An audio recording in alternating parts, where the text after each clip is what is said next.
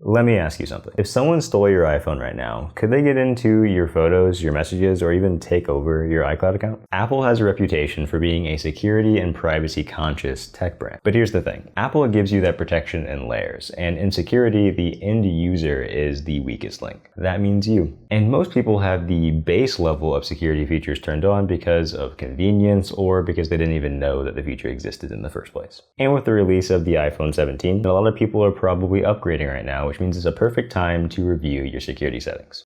Oh, you about to leave? You can't just leave at the beginning of the video. That's not setting a good standard. So in this video, and in honor of Cybersecurity Awareness Month, I am breaking down 6 iPhone security settings that you should know about to protect your data, your privacy, and your digital life.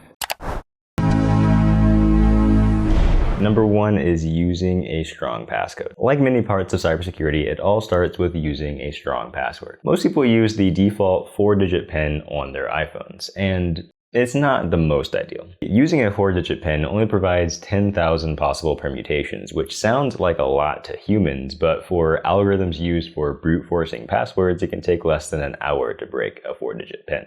And while Apple has built-in measures to prevent brute force attacks, there are specialized tools out there used to circumvent these protections. So your best bet is just to make a stronger passcode. To change this, go to Settings, Face ID and Passcode, and then enter your current device passcode. Then select Change Passcode, and once again, enter your current device passcode, and then press Passcode Options. The best option here is to select Custom Alphanumeric Code and then create a 12 to 15 character long passphrase. If that's too much, even selecting the 6-digit numeric code option is an improvement over the default settings. Number 2 is Hide My Email and iCloud Private Relay. This is a 2-for-1 because they're both iCloud Plus features. You're going to want to go into Settings and click on your user account at the top. Then you're going to select iCloud and scroll down to iCloud Plus features and then select Hide My Email. This feature creates randomized email aliases that you can use when signing up for things online, which means that you're not giving out your real email address all willy-nilly, and it keeps both spam and phishing attempts out of your real inbox. Under the same menu as Hide My Email is iCloud Private Relay. This is a service that Apple offers that is very similar to a VPN. When enabled, and so long as you're using Safari, your internet traffic is encrypted and sent to Apple's proxy servers. Then your DNS requests are fulfilled using a separate IP, and then the content is routed back to you. Essentially, this means that the websites you visit won't have your real IP address and they can't build a profile about your online habits. And your ISP won't know which websites you're visiting because it will look like you're just querying Apple's servers. These 2 features are really good to turn on to increase your online privacy. Just keep in mind that while iCloud Private Relay works very similarly to a VPN, it is not a VPN. It is a proxy service that only works on Apple devices that are browsing with Safari. So if you don't do either of those things, you would want a regular VPN.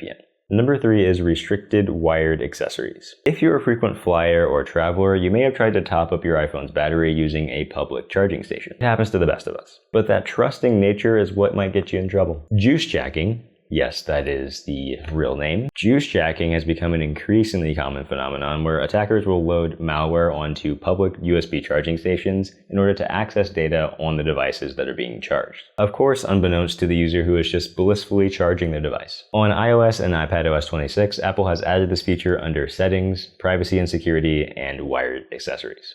Configuring this allows you to determine how your iDevice handles external accessories being plugged into it. You can select Always Ask for new accessories, automatically allow when unlocked, and always allow. I recommend changing the setting to either always ask or ask for new accessories. This will ensure that you're giving express permission to external accessories accessing your phone. And not a sponsor, but if this is a common occurrence for you, Anker has some really good portable power banks that you can use. I will link a few for you in the description because the best way to avoid this type of attack is just to not use public charging stations. Another thing I recommend is subscribing to the channel if you like cybersecurity and tech content. It's free, it really means a lot to me, and you can always unsubscribe later if you want to. Though I don't think you'll want to once you're here forever. What the fuck was that? Anyway, with that shameless plug out of the way, let's get back to the video. Number 4 is iCloud Advanced Data Protection. By default, all iCloud data is encrypted while in transit. But certain iCloud data types like backups and iCloud Drive are encrypted using keys stored on Apple servers. which means that your data within these data types are accessible to Apple in the case of a court subpoena, or if a data breach were to impact iCloud, your data could be at risk. This is especially a problem if you've been relying on the end-to-end encryption offered by Apple's standard data protection services, but then back up any of that data to iCloud. iMessage backup is a perfect example of this, because while iMessage itself is end-to-end encrypted, if you back up any of that to iCloud, it's encrypted using the keys on Apple's servers, meaning that it is accessible to Apple.